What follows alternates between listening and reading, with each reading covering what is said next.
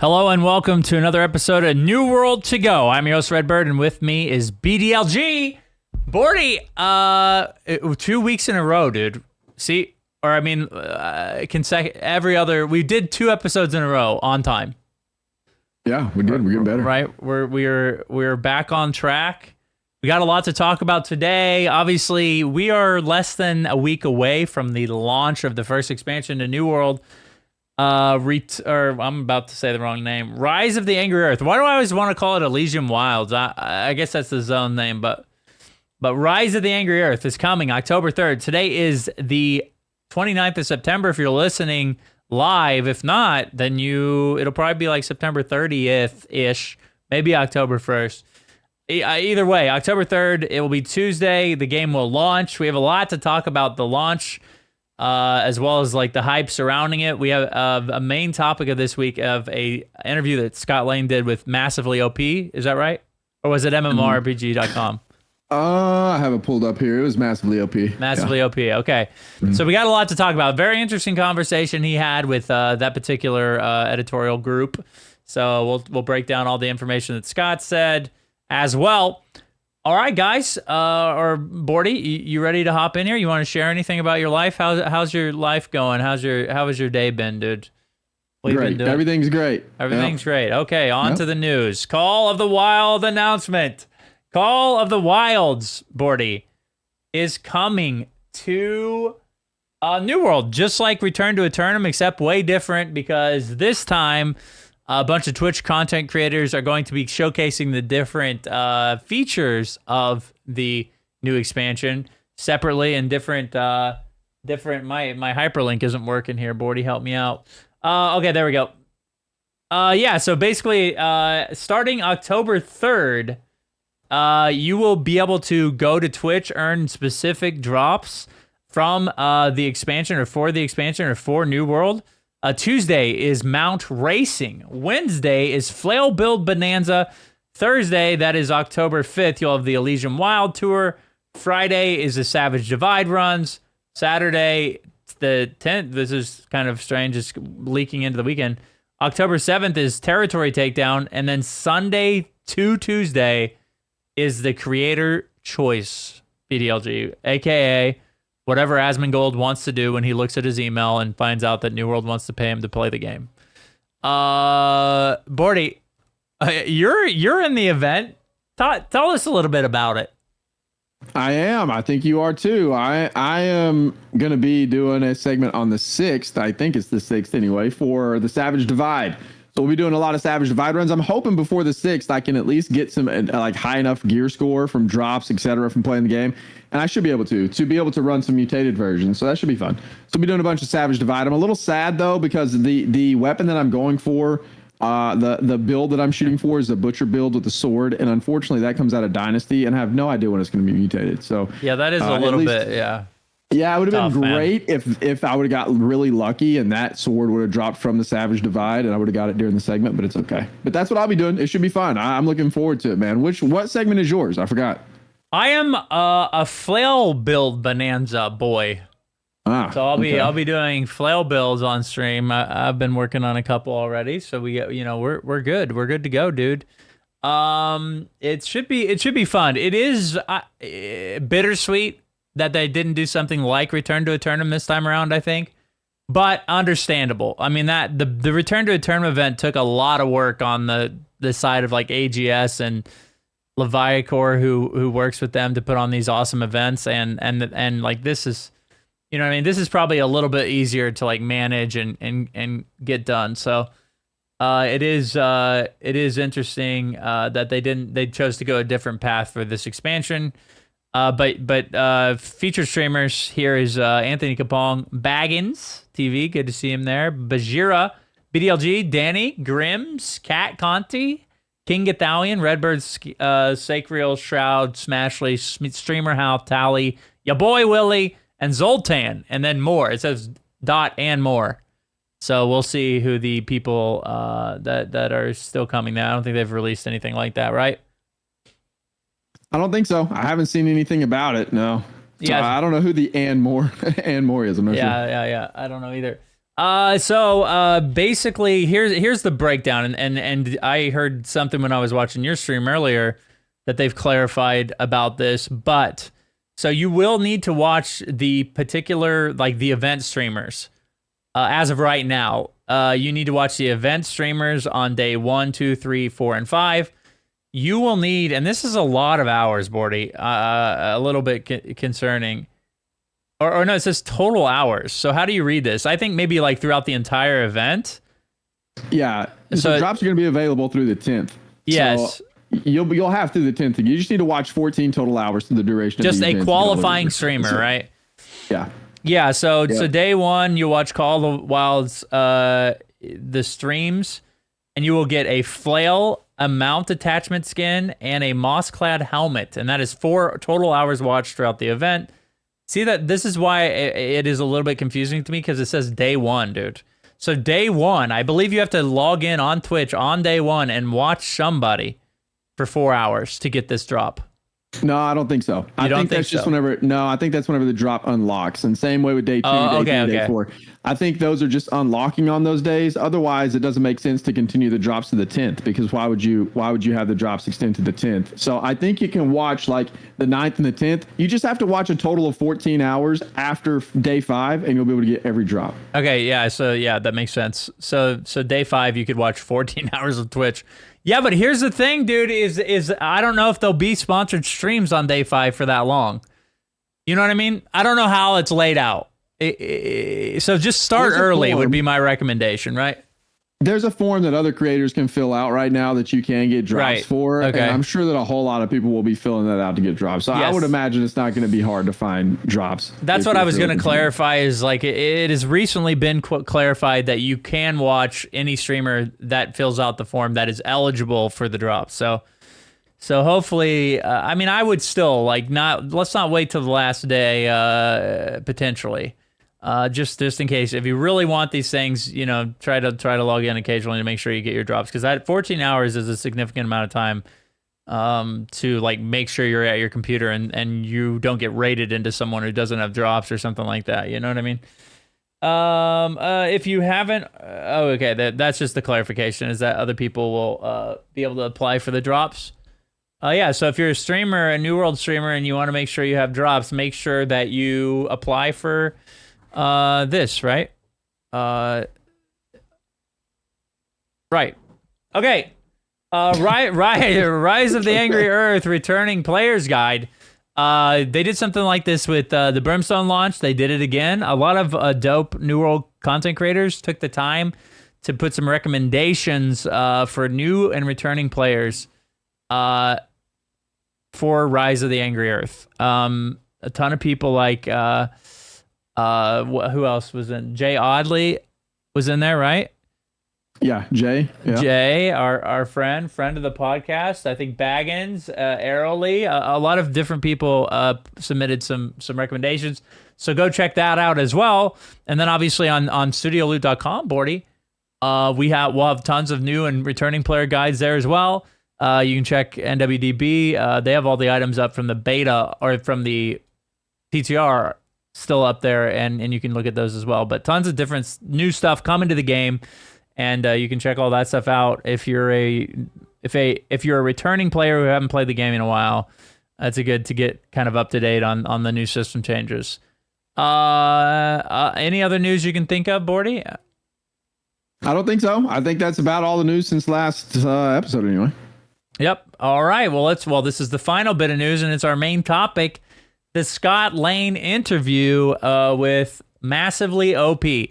Now, Bordy, obviously it's like it's press season for New World. They're getting ready to launch an expansion in less than a week, and Scott Lane himself sat down with Massively OP. They basically, obviously, exactly what it sounds like. They do like news for MMOs, and this particular interview was about the upcoming expansion, the past and the present and the future of New World. So a lot of interesting new information here, Bordy, that you haven't seen before. And first, okay, so overall, dude, what are your thoughts on the Scott Lane interview with SVOP? I thought it was fine. There was some good tidbits in there. I thought of stuff that you're right we haven't heard before, so I thought it was pretty good. I think we'll get into this a little bit deeper here in just a minute, but like high level plans for early updates through early 2025, I thought was pretty encouraging because there's a lot of rumors and like grumblings out there about how if this expansion doesn't do well, New World is squashed, and so I think that kind of puts that to bed, right? Like they already have plans for all the way through 2024, all the way through up until early 2025. It sounds like they already have a roadmap planned and scheduled out. So yeah, I think that's good news for the game. Yeah, sometimes those are subjective to change, but I think it is encouraging to at least hear them talk about the future, especially like in the means of which they talked about it, which we'll talk about here real quickly.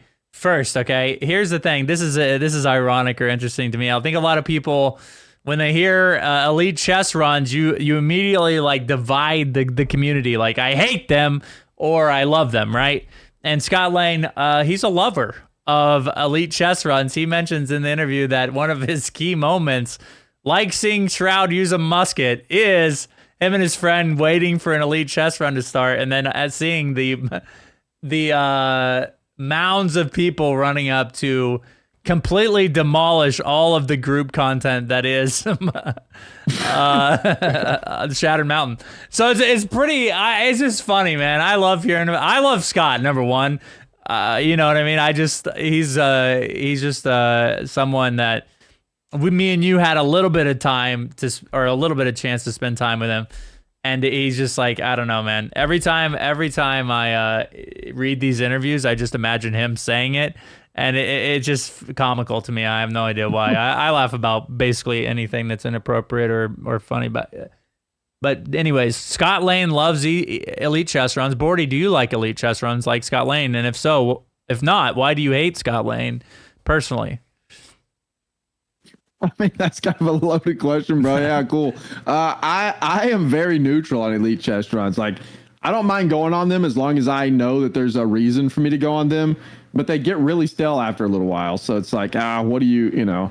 I don't have a problem with them necessarily, but I do have a problem with them if they are the only way in the game you progress, which there for a little while was the case. And I think that's why I got really sick of them. Because for a while, literally the only way to increase your was called watermark back then. Yeah. Was elite chess runs. You had to go do them over and over and over and over. And that was awful. Now, elite chess runs are kind of more like hey, go do them if you want something to go do, or if you want to go get some stuff, it's fine. There's other ways to progress your character, more efficient ways, I think.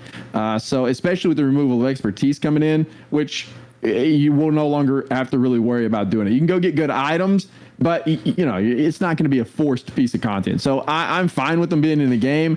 Do I think they should be like a premier end game loop of the game? Probably not. But it's okay. Like I don't have a problem with them. And the way they did them in Elysian Wilds, I ran them on the PTR, and they're pretty cool. There's a lot of jump puzzles. I think it's going to be an absolute wild scene watching everybody jump through there. So it should be it'll be a fun time for a little while. I'm kind of neutral on them, I guess. Like I can go either way.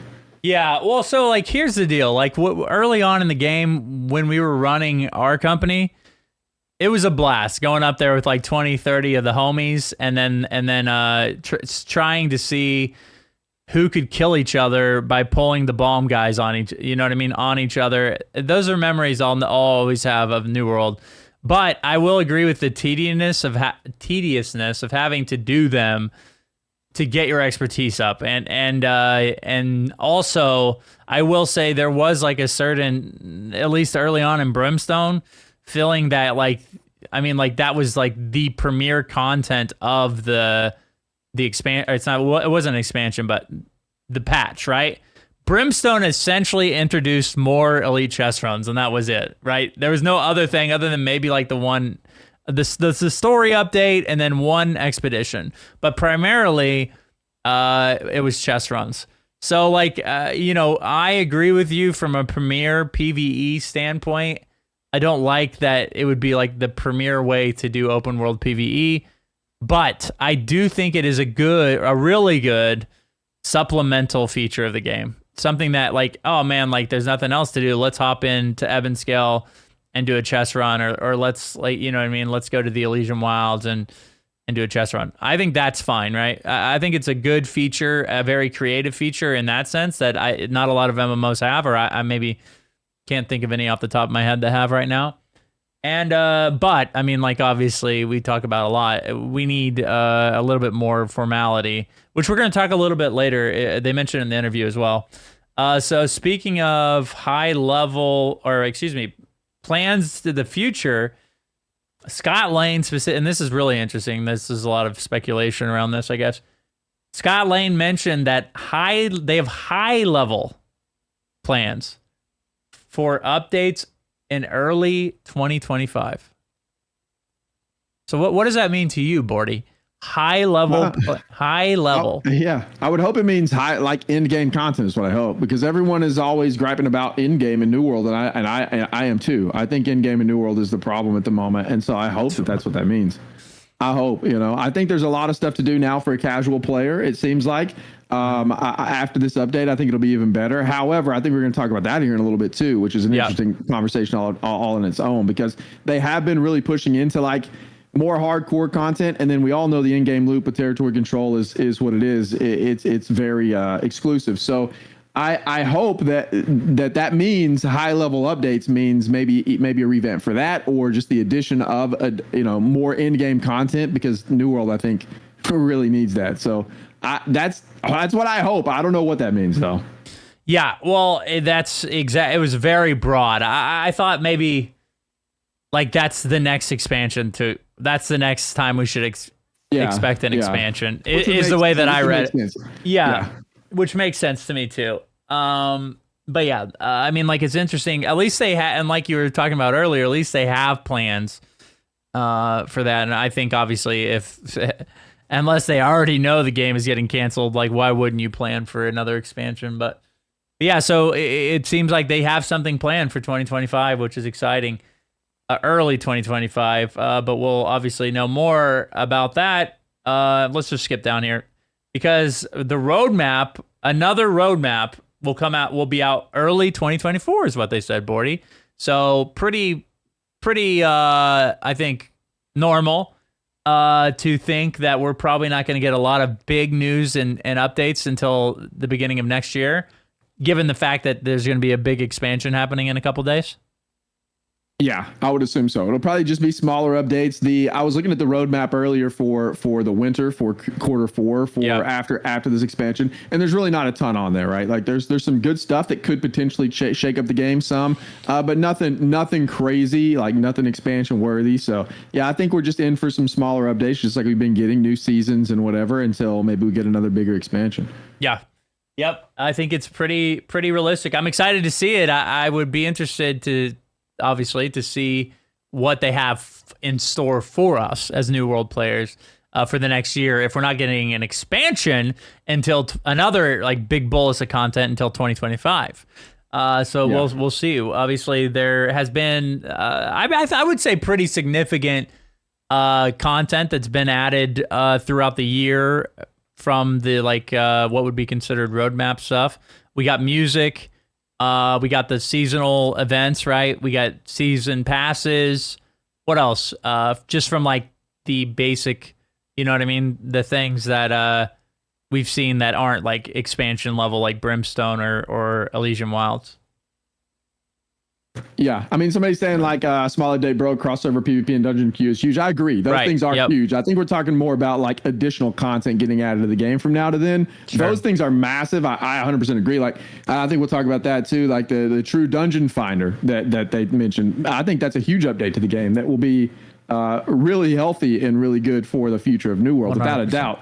Those things are massive, but I think New World to this point, if we look back at the history, they've just adjusted the game so much. Like, I feel like now after this expansion, they're going to be sitting in such a prime spot to actually start giving us new content moving forward, like end game and all this new content. Yeah, I would hope so, because it seems like after they implement the true dungeon finder and they've got all these things fleshed out, there's no Ward and Bane. It seems like they're getting better with the loot. All of this stuff is like starting to finally come together for them as an MMO. So hopefully moving forward, we'll get like some other changes. The only other system they need to fix is territory control, and I think they're on the path for like for things moving forward in terms of like bigger content updates, and they can focus on that hopefully versus going back and revamping all these systems.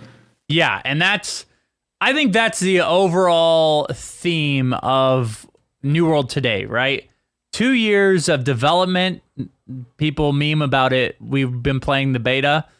But essentially, like that's what it feels like a lot of the changes up to this point have been, is basically reworking the old systems of New World, the survival game, and kind of bringing the game up to speed for a actual like released MMO, right?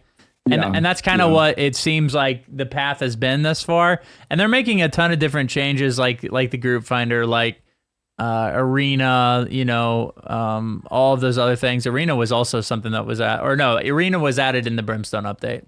Is that correct? Yes. I think so, yeah. Okay. Yeah. All right. So yeah, but anyways, like they've been adding things to the game that have made it feel more like what would be a, actually like fully fleshed out MMO. And I think and that includes, in my opinion, I know this is like a hot conversation piece, but that includes Rise of the Angry Earth. So so let's go back here. They said Rise of the Angry Earth has been planned before launch, Bordy, which is like, okay, so that was a little bit hard to swallow for me.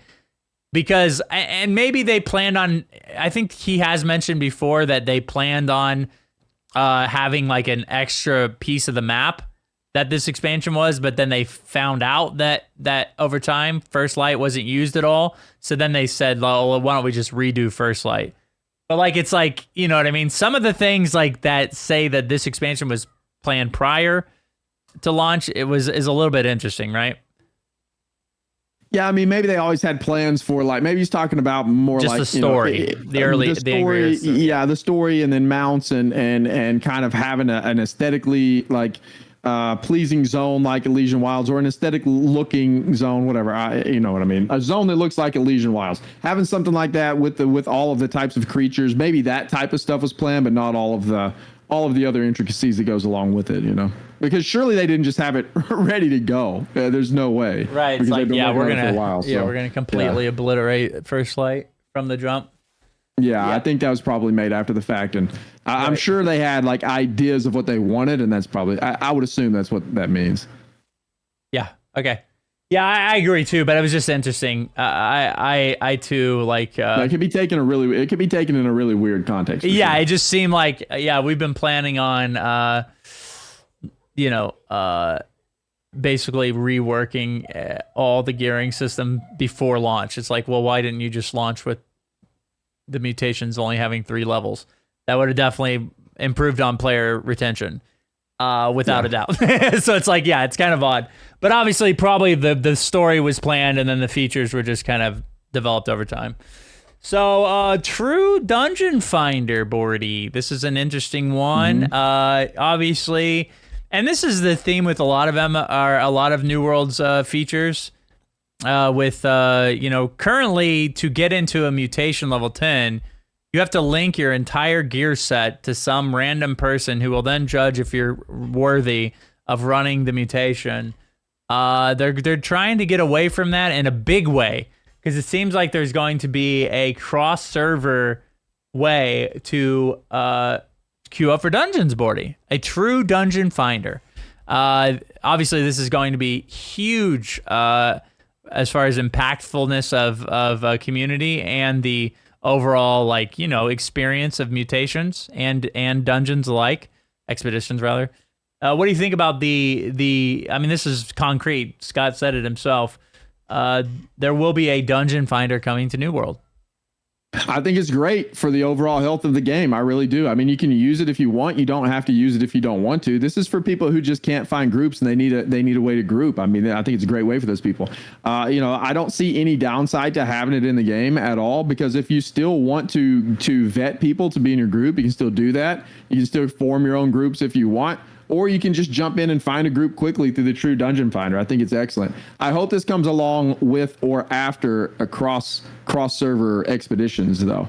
and I surely it will. Like Right, surely I we mean, it crossover can't, expeditions either along with this or crossover expeditions will implement it first, and then this happens. That'd be nice because the sooner they can get all the cross server stuff in, the less of an issue these servers become, which I'm a little concerned about with the expansion. If I'm being perfectly honest, concerned about it. There's a few concerns I have about the expansion. I think we might have talked about them last week. I can't remember, but that's one of them.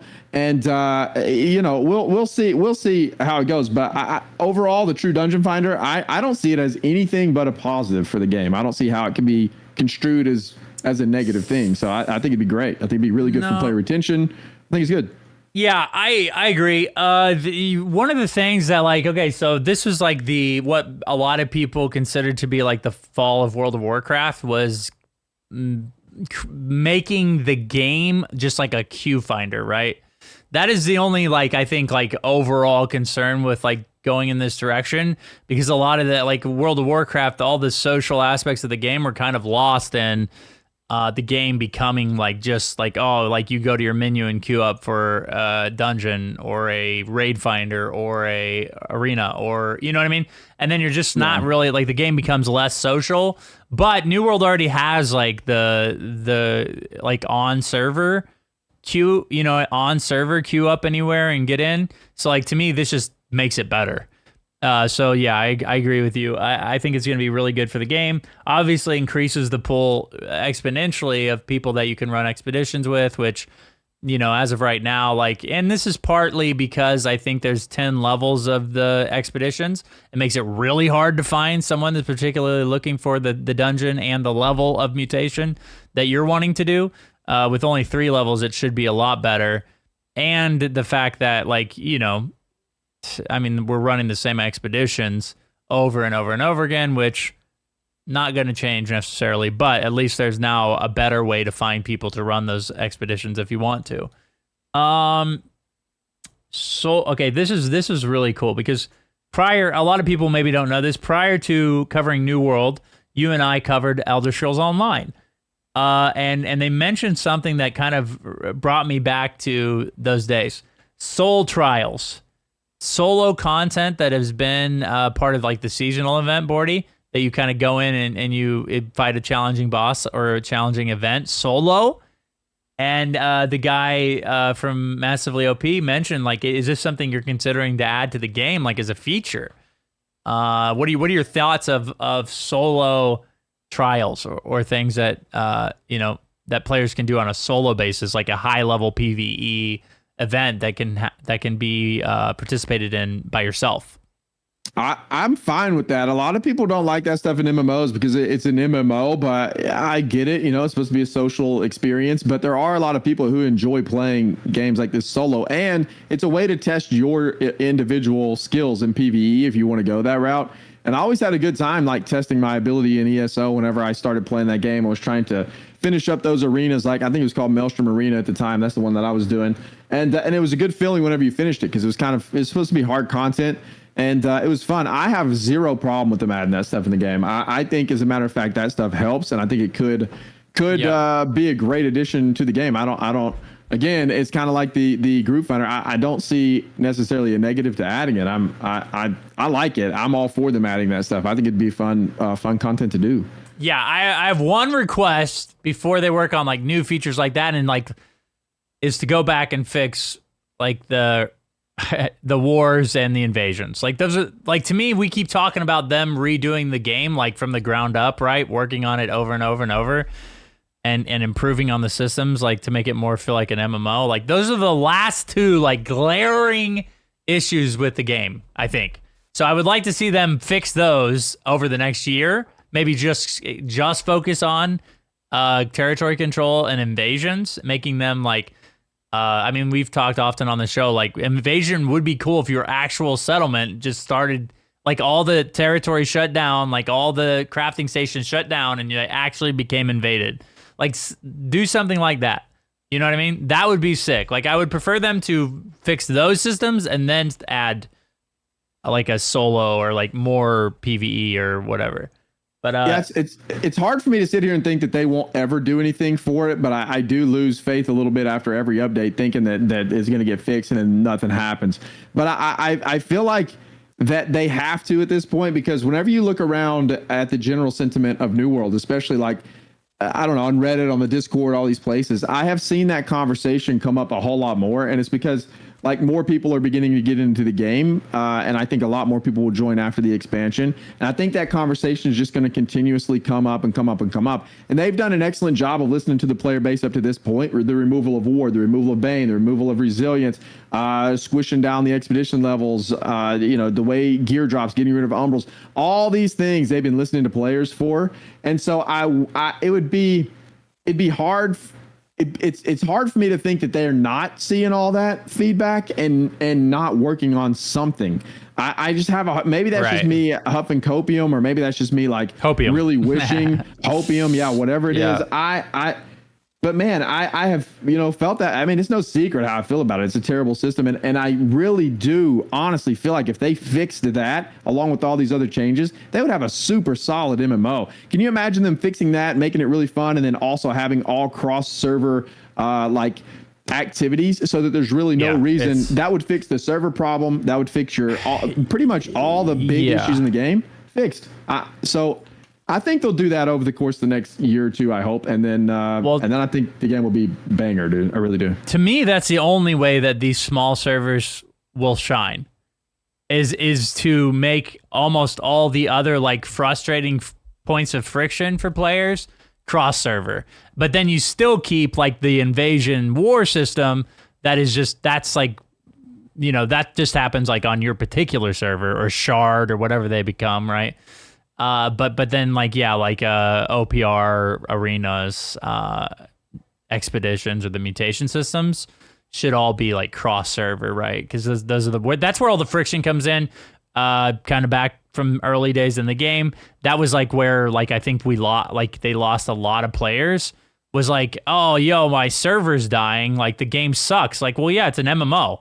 Like, if you don't have players to play with, of course the game is not as good. And that was happening to like a majority of the player base, BDLG. It was like, you know what I mean? It was like half the servers were dying, and we're going to merge you into this other server, which then throws you into another poop show of like war and territory control. And like, the nodes you were farming become unavailable now. And it was just a weird dynamic that I feel like New World, it's unnecessary. To all the things that the game kind of has to combat as an MMO, to also have that server issue that it was having. So, that to me, like all those like the Dungeon Finder, all of these things are leading up to making New World, like I think, level out as far as like the player base, like up and down, and the negative experiences that are completely unnecessary when it comes to like trying to find a good MMO to play. Yeah, for sure. What about having cross-server trading posts? I've thought about that before too, and I don't know if it would be good or bad. I can't decide. But I honestly, I think it'd be good. I think it would be good. Yeah, at least regional.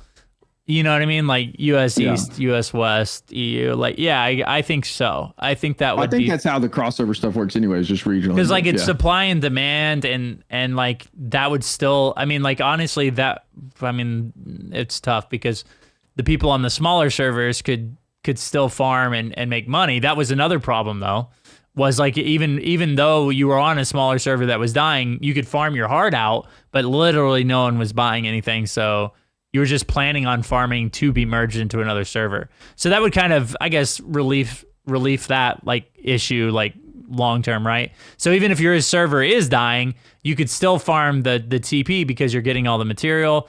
And then also you have all the cross-server stuff, so it's not that big of a deal for a player to not be able to experience those aspects of the game when your server has low pop. Because like you said, like one of my concerns for the expansion is this server, like they're opening up new servers. Well, like for how long, right? How long is these new servers going to be populated and full of people playing New World, as opposed to, having the whole server merger thing happen for what is this, like the third or fourth time probably that we've had to go through something like this?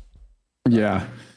Yep. I mean, all we can do is hope at this point now that they're heading in the right direction for everything they're adding, and we just got to hope that those two big issues ultimately end up getting sorted out, and then I think we'll be sitting good. I think the MMO will be in a good state. I think at that point, that's whenever they actually start retaining players, and then it starts to grow some versus seeing these heavy ups and downs in population. Yeah, I think so. Hopefully, potentially. Eden Grove housing, Bordy. This was an odd topic. I guess the author of the MMO the article was unhappy with Eden Grove happening. I've had like some off and on sporadic people tell me about that. I'm like, well, I don't like.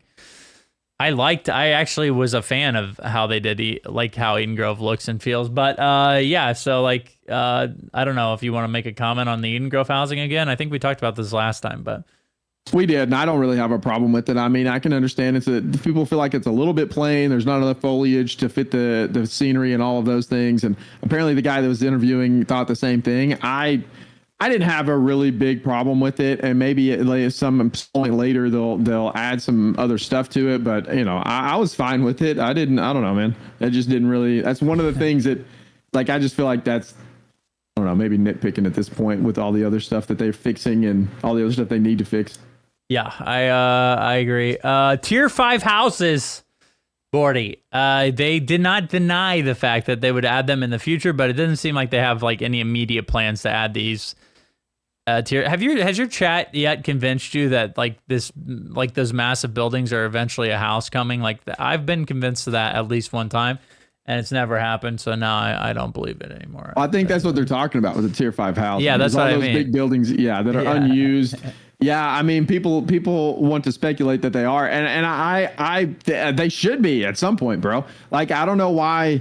To me, all the buildings that are utilized in these settlements, you should be able to go into. You should be able to like interact with in some way, because whenever you have stuff that's blocked off, and I hate in an MMO when there's a really cool looking building and I can't go inside of it. Like, that drives me nuts. I don't like that. And so hopefully at some point they'll open everything up so that you can, even if it's not a house, maybe it'll be used for something in the settlement, because I don't like being blocked out of places in MMO. It just sucks.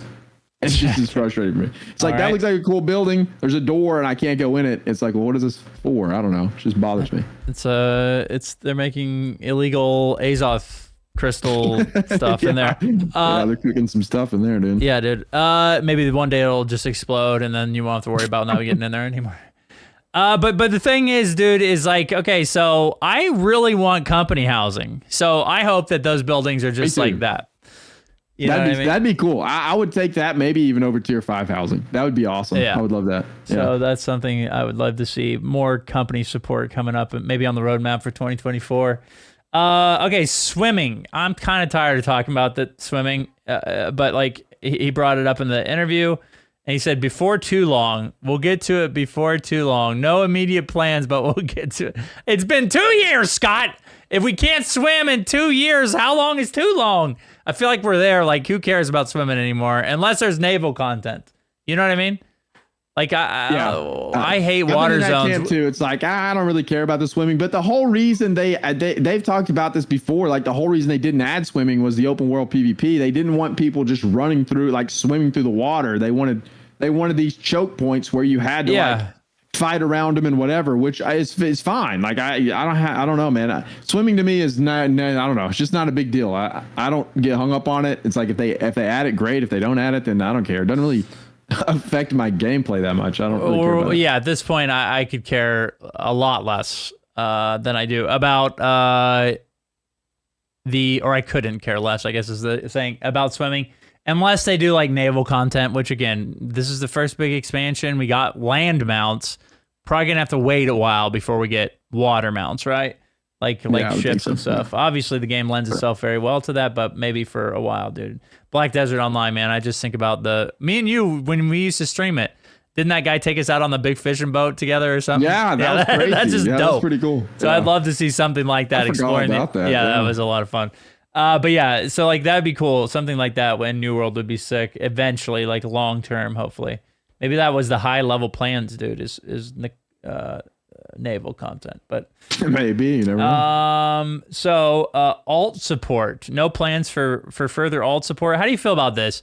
Having to use your best friend to transfer gold from one alt to another, not having some sort of like account wide feature in New World. I mean, I wish it was in there. You know, again, it's not a major feature that I'm too terribly concerned with. There's workarounds that aren't that big of a deal, but I do wish they had some sort of mail system or something. Like, it would be dope for me to be able to mail somebody something, and whenever they get online, they have a gift or something I'm not using, I could mail to a friend if they're not online. Like that type of stuff I think is fun in an MMO, and mailing myself stuff from another character would be great. It's more of a convenience thing, though. It's like I don't know. I'm not hung up on that either. Would I like it if it came in? Absolutely. But am I like begging for it? Not. I mean, not really. No. I would beg for a lot of other things before I begged for this. No changes to transmog tokens. I mean, like, it is what it is at this point. I don't think we have to waste a ton of time on there. Like it is what it is, bro. I just think, like, is this the ideal situation of transmog in an MMO? No. Is it something that in a buy-to-play game is swallowable or toleratable? Like, they already are giving you free ones every day or once a week, and then like on the season pass. I mean, like, it is what, like, could it get better? Absolutely. Like, is it something to keep harping about? I don't know, man. How do you feel about that? I'm kind of over it, man. Like, I don't know. It's not that big of a deal to me. If I want an expansion, I mean, or if I want transmog that bad, and I mean, then okay, then I'll pay for transmog, I guess, or I'll go on my weekly runs and get a token. I mean, I don't know. Again, this is one of those things I feel like the game has bigger issues. I know a lot of people get very passionate about this because they feel like New World starts to verge on like pay to win, and they're monetizing the crap out of us and all that stuff. And to me, it hasn't been that bad so far. There's no monthly subscription. It's $30, or the game was $40 whenever we bought it. I've played the game for 3,500 hours at this point. I have probably spent a lot more than that because I have bought skins and other things in the game. But overall, like, man, I've gotten my money's worth, I would say. So go log into ESO. It is what it is. If you feel like New World's over monetizing you, go log into Elder Scrolls Online. True. Yeah, it is what it is. I mean, yeah, at this point, I'm just kind of over it. There are a lot of MMOs like that too. Not to pick on Elder Scrolls Online. I like the game. I'm just saying, like, there are other games that are far worse than New World as far as monetization goes. Again, not ideal, not supporting the transmog system. But I thought the monetization of gear sets were a lot worse than transmog. Me too. I thought that was pretty brutal. Yeah, I thought they were selling us a solution for a scuff system in the game. Like, if you're going to keep harping on something, it should be about gear sets for sure. Yeah. No. Okay. Wait. What did I put? I put no expansion, no mounts. Okay. They did mention something in the interview. The guy asked about, like, hey, do you have any like plans to bring mounts to people that don't buy the expansion? And then Scott said no, which is like obviously. It is kind of strange to have the mount system locked behind expansions, but I think about, like, I don't know, like Burning Crusades in World of Warcraft. You didn't get a flying mount unless you had Burning Crusades. Like, it just, I don't know. I think it's fine. I think eventually, like, the game will get bundled together or go on sale, and you'll probably get the expansion for $15 or whatever. Like, I don't know. What are your thoughts on mounts being locked behind the expansion, the paywall, dude? Pay to win, dude. Mounted people can run faster. Yeah. This one's a weird one for me, man. I don't know why they didn't add this to the base game. I think it's ultimately fine. It is what it is. You either pay or you don't. I mean, you either pay for it, you get the mounts. You don't pay for it, you get the mounts. But I would have liked to have seen mounts added to the base game, I think, and then other stuff maybe you get with the expansion. Whatever, man. I don't know. I'm buying it. I'm going to play it. So it is what it is. I think having mounts as a part of the base game might be better. Maybe locking like lions and skins or something, or the ability to get different give them the styles base horse. Of mounts. But at least getting like a base horse would be really cool. And make it for the slow. base game. Yeah, and maybe cap The poor like, people horse. If you're gonna go that way, if you're gonna go that way, like get a horse, but like maybe cap the riding skill or something. That would be like, funny, dude. Give him a horse, but don't let him level up the horse, and make the horse slower than running. So like you could actually get around faster on foot, but they do get a horse, and then they can't say they didn't get mounts. Yeah, that works for me.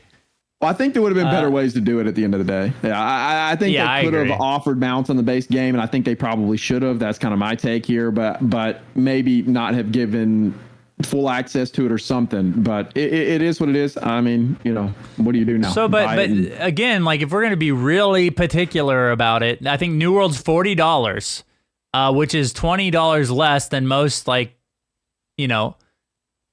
if you go out and buy WoW, like or like a launched game, like say Diablo 4, the sticker price for it was $69.99. So a fully fleshed out game is $70. New World, which arguably is just now getting finished, is $70 as well. You know what I'm saying? You know what I mean? So it's like I don't know.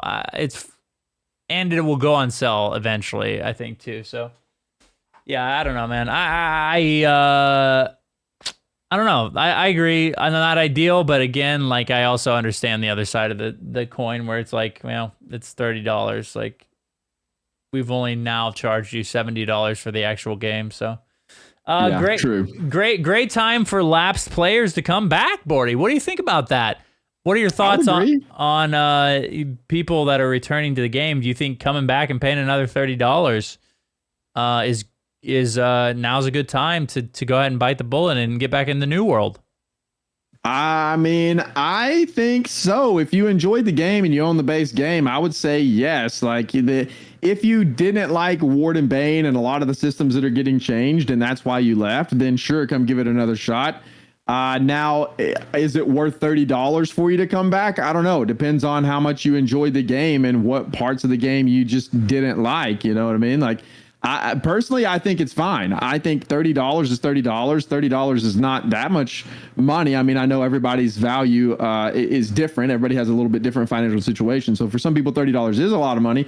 But it's like if you enjoyed the game and what you played and you left for these problems that are now being fixed, then yeah. I mean, I think you should come back and give it another shot. I think it's going to be fun. I think there's a ton of things that are going to change, and it's going to be basically, if you played on launch and played for like 3 or 4 months and you left, and now the game already is completely different. Yeah, then after the expansion, now after the expansion, it's going to be like basically a completely different experience for people who haven't played in a really long time. I would say it's most likely a large percent of the player base or people that would be interested in playing the expansion probably came back for Brimstone and then left after Brimstone. So we've already gotten season passes. We've gotten a lot of new features in the game, or like quality of life improvements, such as like the storages and the storage changes and transmog and all that other stuff. Yeah, that if you haven't played New World in a while, along with the expansion features, I do agree with Scott here that now's a good time to get back into the game, for sure. And this is the last question, which this was the only trigger. The thing that really triggered me throughout the other than the swimming thing, the swimming thing that triggered me was New World is no longer a casual friendly game. And then he stated raids and expeditions that require you to get a specific cart room. And I just like, to me, like, and this is the same like thing with like people getting frustrated that they're increasing the gear score and that everybody's like gear is unusable now. It's like, dude, you're writing an article for massively online, like they make content for MMOs. Like, to me, like this is like a crazy question to ask. You know what I mean? Is like, are you making the game less friendly to other people because you're actually making MMO features in the game? It's like, I don't like, what the fudge is this question, Bordy? I'll let you answer first. I don't know. I didn't like the question either. I wasn't real sure it was worded very well. I wasn't real sure it was asked very well. I don't know. I agree with you. I did not like the question. Whenever I read it, I was like, this is kind of a weird question. But on the topic of like being casual friendly and not casual friendly, we talked about this before on stream, and it's a fine line to walk, I think.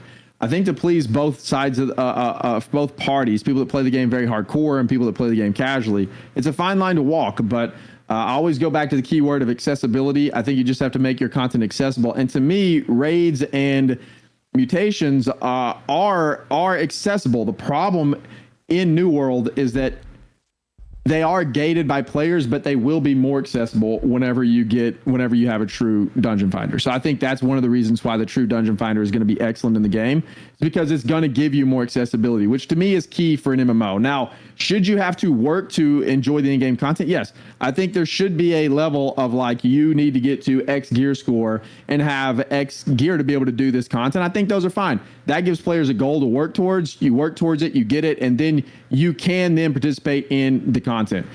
The other side of things, though, that New World has that's like geared really towards hardcore players is their in-game loop of territory control, and that is not get there. You can work all you want and still not be able to participate in that content for a multitude of reasons. So again, we've talked about this ad nauseum over the past 2 years. That needs to be fixed. But other than that, like, I think they have content that kind of caters to both. I think you can come back, and I think a casual player can most definitely enjoy New World, especially after the expansion. I think a casual player can enjoy New World for sure. And I think as a casual player, you can't really expect as a casual player to go in and in 2 weeks you're doing raid content. You know, I think that's unrealistic expectation for somebody that's playing casually. And I think most casual players know that. Now, you should be able to, as a casual player, play for 2 years and then be able to jump into in-game content, or a year or 6 months or however long it is, depending on how much time you play. You should then be able to accumulate what you need to accumulate and then basically be guaranteed that you can now participate in the in-game content, which is what you don't get with the current in-game loop in New World. And that is why it's bad to me. But yeah, I think there is definitely a fine line. You got to walk there. You got to appease both crowds somehow. And if you can get that right as an MMO, I think you're in good shape. But it is a very hard thing to get right, I think. Well, it's one of the overall challenges with the MMO genre is because you have to have a sound in game to not, like, this is how it works, and this is how it's worked with New World up until this point. And I would clarify, I don't anticipate changing necessarily immediately after the expansion. But like you need a in-game loop of different activities that interest different people to either inspire casual people to become what we always term at Studio Loot a core player, or you need to have enough, like, your game needs to be centered in a way that's like not necessarily like MMO, like RPG, but like just like social MMO, like Palia, a game that just came out. You know what I mean? Those are like the two options that you have. You either need good in-game features that encourage people to play the game, or like give them incentivization to want to play the game. Like I saw that dope raid set. This is the thing I always give an example of. And like, wow, Burning Crusades, one of my buddies did the raid way before I could. And I saw him in that tier set of raid gear. And that immediately inspired me to get ready to try to, or level up and try to get my gear score to the point where I could do a raid. Because like that just, even as I was a very casual player at the time, but dude, that made me want to play the game enough and go through the systems to want to obtain that goal of getting that raid gear. And that's why I think the argument of like, there's a heart room gem locked behind the raid. Well, yeah, there should be like exclusive gear sets and reasons to grind the raid or the lockout on the raid. So every week I'm going to log into New World and I'm going to get my group together and do the raid until I clear it, and I get my chance at that rare reward or that dope looking unique reward. That's like MMOs. That's primarily what the PvP loot or the PvE loot looks like in most MMOs, right?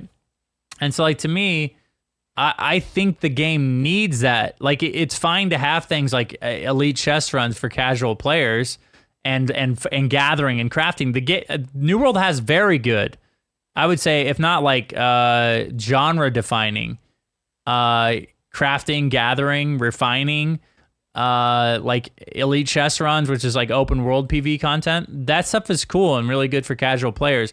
But the game also needs a reason for those casual players to log in every week and aspire to do something more.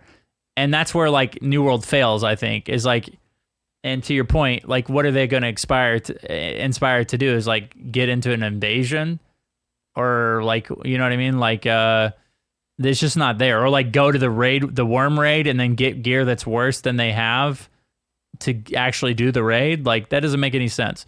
So they need to figure that out for sure. They need the in-game PvE stuff to pull, like, or to retain even the casual players, I think. Yeah, I would agree. Yep. So that's it, dude. That's all the interview, all the questions that was in the Massively OP article. You can go check it out for yourself over there at massivelyop.com. And Bordy, people are saying there's a flail video that came out. Have you seen it? I don't know. I have not. I think it came out right before the podcast, so I haven't had a chance to watch it yet. All right. Well, we can't talk about it unless you want to watch it on the podcast, which I feel like would be terrible podcast content. So yeah, probably. Yeah. So Bordy, that's it, dude. But next time I'll talk to you, we will have played Rise of the Angry Earth for like a week or over a week. Yeah. So it's exciting times to be a New World fan. I can't wait to talk about it with you and obviously the listeners of the podcast. Real quick, why don't you tell people where they can find you on the internet? StudioLoot.com. Just come there, and then from there you can find all the everywhere else you need to go. You know, YouTube and Twitch and wherever. But StudioLoot.com is where you need to be. Yes, this is a proud product. New World to Go is a proud product of Studio Loot. You can check the podcast out as well as all our YouTube and Twitch content on the website as well. Thanks for listening, guys. We really appreciate it. And we hope you have we'll see you on another episode of New World to Go.